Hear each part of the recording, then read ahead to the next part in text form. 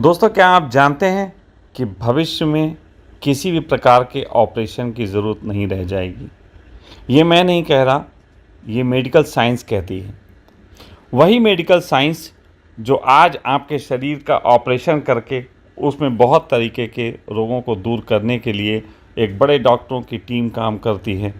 वही medical science अब ये कहती है कि भविष्य में आपके शरीर में जब कहीं किसी हिस्से पे ऑपरेशन करना होगा तो आपके शरीर में नैनो पार्टिकल्स इंजेक्शन द्वारा डाल दिए जाएंगे और उन नैनो पार्टिकल्स को एक कंप्यूटर और सॉफ्टवेयर की मदद से आपके शरीर में ऑपरेशन करवाया जा सकता है।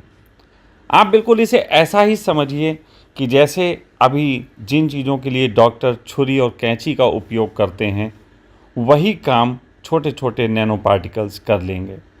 इसको समझने के लिए आप समझिए कि जैसे आप पेडिक्योर कराते हैं तो आपने देखा होगा कि पेडिक्योर हम कराते हैं तो उसमें एक आदमी हमारे पैरों को सफाई करता है, उसको सारे डेट जो हैं हमारी स्किन्स को निकालता है।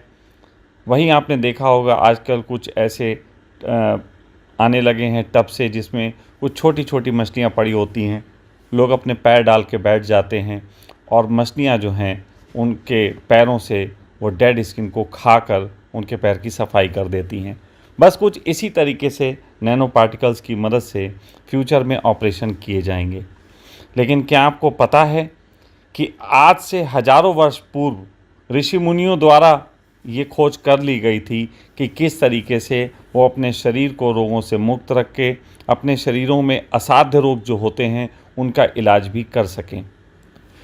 किसी भी ऑपरेशन में जिस तरीके से 3-4 चीज़ों का ध्यान दिया जाता है, बिल्कुल वही ध्यान दे के वो ऋषि मुनि भी उस चीज़ को पूरे तरीके से सफल प्रयोग के साथ अपने शरीर का सेल्फ ऑपरेशन कर लेते थे। लेकिन क्या ये संभव है आज के युग में? तो चलिए हम बताते हैं कि सखा वेलनेस ने वही पुरानी पद्धति को पुनर्जीवित करते हुए लोगों के सफल उपचार की पद्धति को खोजा है। ये उपचार की पद्धति ध्यान की पद्धति है। ये किसी भी तरीके की पैथी की पद्धति नहीं कही जा सकती, क्योंकि ऋषि मुनियों की पैथी को आज तक मान्यता इस जगत में नहीं मिली। और ये वो अंतर पैथी है जिसको केवल और केवल आप इससे गुजर कर इसे अनुभव कर सकते हैं। फिर भी यहाँ कोशिश की जा रही है आपको समझाने की, ताकि आपका तार्किक मस्तिष्क इस चीज़ को एहसास कर सके कि ये चीज़ किस ढंग से काम करती है। सबसे पहले हमें जान लेना होगा कि ऑपरेशन के वक्त एक डॉक्टर की ज़रूरत होती है जो ये सारा एनालिसिस करता है कि किस वक्त पे ऑपरेशन होना चाहिए, मानसिक स्थिति रोगी की क्या है। दूसरा, डॉक्टर को वो यंत्र की ज़रूरत पड़ती है, वो इंस्ट्रूमेंट्स की ज़रूरत पड़ती है, वो कैंची, छुरी और भी न जाने कितने, जिनसे वो आपके शरीर के अंदर ऑपरेशन कर सके। तीसरी चीज़ होती है कि डॉक्टर ऑपरेशन से पहले आपको एक ऐसी अवस्था में अचेत करता है कि जिसमें आपका शरीर जो है ऑपरेशन के वक्त प्रतिरोध ना कर सके। और फिर उसके बाद कुछ ऐसी मशीनें होती हैं जिन मशीनों के उपयोग से वो आपके शरीर में ऑपरेशन करते वक्त उसको देख पाता है कि शरीर के हिस्से में, जिस हिस्से में ऑपरेशन करना है, उस हिस्से पे सही से उसके जो यंत्र हैं वो पहुंच रहे हैं कि नहीं। आपने देखा होगा कि कई ऐसे ऑपरेशंस होते हैं जिसमें डॉक्टर बिल्कुल क्लियर नहीं देख पाते और स्क्रीन का इस्तेमाल करते हैं अंदाजे से। तो अब यहाँ पे हम आपको बताते हैं पुराने समय में जो ऋषि मुनियों की खोज थी वो क्या खोज थी। ऋषि मुनि शरीर की अपनी पूरी यांत्रिकी को सही से पहचानते थे, तो इसको कह सकते हैं वो स्वयं के डॉक्टर स्वयं थे। दूसरा, वो उपयोग करते थे हिमालय पे, या जैसे पहले बताया है जंगलों में आप रहते थे, ध्यान करते थे। उनकी कुछ मेडिटेशन टेक्निक्स होती थी जिनसे उनके शरीर में हाइड्रोजन की मात्रा बहुत अधिक बढ़ जाती है। अब थोड़ा पे यहाँ हाइड्रोजन समझ लें। हाइड्रोजन दुनिया का पहला मॉलिक्यूल है। इसको ऐसा कह सकते हैं कि जब परमात्मा ने दुनिया बनाई थी तो सबसे पहले हाइड्रोजन बनाया था और उसी हाइड्रोजन के सहयोग से दुनिया में हर चीज़ बनी है। तो दुनिया की हर चीज़ में हाइड्रोजन मौजूद है। तो वो पहला सेल्स, जिसको परमात्मा का सेल्स कह सकते हैं, उसको अपने शरीर में ज़्यादा से ज़्यादा हील करते थे। तो वो एक तरीके का नैनो पार्टिकल का काम करता था। जिस तरीके से फ्यूचर में इंजेक्शन द्वारा आपको नैनो पार्टिकल बॉडी में दिए जाएंगे, उसी तरीके से पहले ऋषि मुनि अपने शरीर में हाइड्रोजन को अत्यधिक मात्रा में पहुंचाते थे। हाइड्रोजन पहुंचने के बाद ऐसे ही काम करता था जैसे आपके शरीर में भविष्य में ऑपरेशन के वक्त जो है नैनो पार्टिकल जिस तरीके से कार्य करेंगे। तो उसमें तीसरी चीज़ होती थी कि शरीर के किस हिस्से पे किस ढंग से कार्य लेना है। उसमें जो सहयोग की ज़रूरत पड़ती थी वो ऐसा ही मान लीजिए कि जैसे जिस थेरेपी की हम लोग बात करते हैं, जिसको हम कहते हैं रागा थेरेपी। रागा थेरेपी आपके शरीर के उन छोटे छोटे अंगों के बारे में गहन जानकारी रखती है जिसके बारे में आप भी जानकारी नहीं रखते। इसको ऐसे समझ लें कि अगर हम आपसे कहें कि नाचो, अपने हिप हिलाओ, तो आप शायद ना हिलाओ, लेकिन अगर हम ढोल बजाने लगें तो आपके हिप्स में मूवमेंट होने लग जाएगा। अगर कोई सितार बजाने लगे तो आपकी गर्दन में मूवमेंट होने लग जाएगा। अगर कोई तबला बजाने लगे तो आपका सर जो है वो हल्के हल्के हिलने लगेगा। पायल का सही से उपयोग किया जाए तो आपके जो हैं पैरों में धमक लाई जा सकती है। बांसुरी का सही उपयोग करके आपकी रीढ़ की हड्डी को संवेदनशील किया जा सकता है। तो रागा बहुत तरीके से काम करते हैं। तो रागा थेरेपी एक ऐसी थेरेपी है जब पहले ऋषि मुनि बहुत अपने शरीर को अच्छे से हील करते थे। तो हील करने के लिए हाइड्रोजन को इनहील करते थे। हाइड्रोजन इनहील करने के बाद वो फिर कुछ ऐसे श्लोक मंत्र उच्चारण करते थे कि शरीर को किस ढंग से कहाँ पे जो है वो संवेदनशील बनाना है।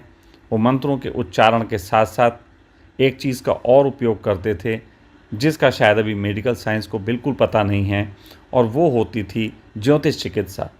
ज्योतिष चिकित्सा के तहत हर व्यक्ति को एक खास समय होता है जो उसके बुरे से बुरे वक्त में भी अच्छा समय होता है। आप महसूस करें कि दिन में 24 घंटे आपके लिए कभी ख़राब नहीं होते। कोई ख़ास वक्त होते हैं जो आपके लिए बेहतर होते हैं, लेकिन वो बेहतर का मतलब नहीं है कि जिसमें आप मुस्कुराते हों। वो बेहतर कुछ और बात है।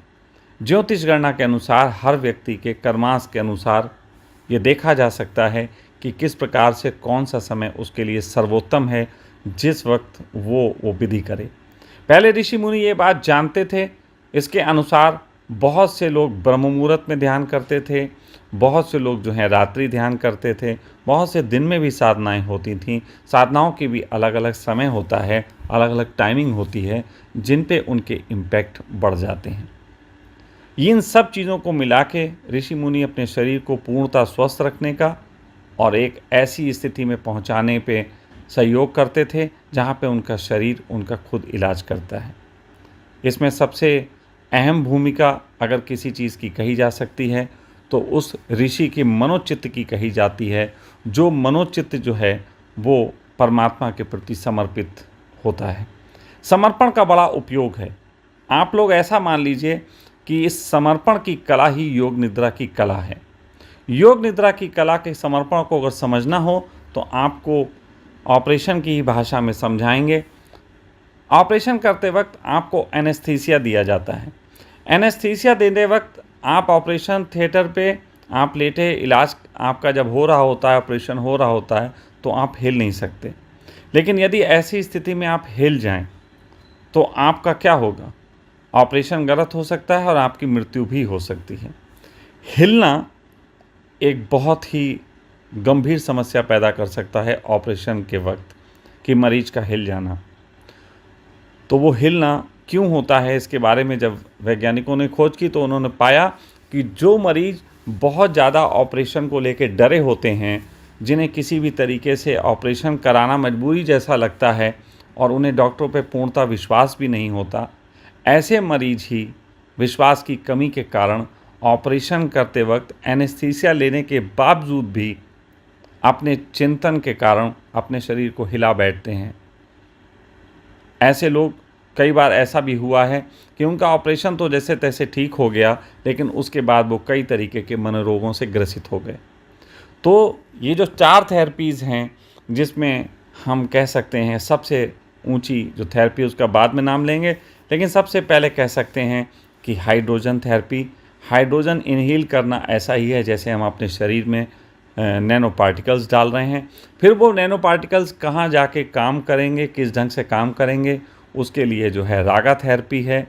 फिर वो कौन सा सही वक्त होगा जिस वक्त काम बहुत अच्छे ढंग से किया जा सकता है, आपका जिसमें चेतना का भी सहयोग मिले, आपकी कुंडली सब जो है इस बात को इशारा करे कि वो आपके लिए टाइमिंग बेस्ट है, उसके लिए ज्योतिष चिकित्सा का उपयोग है।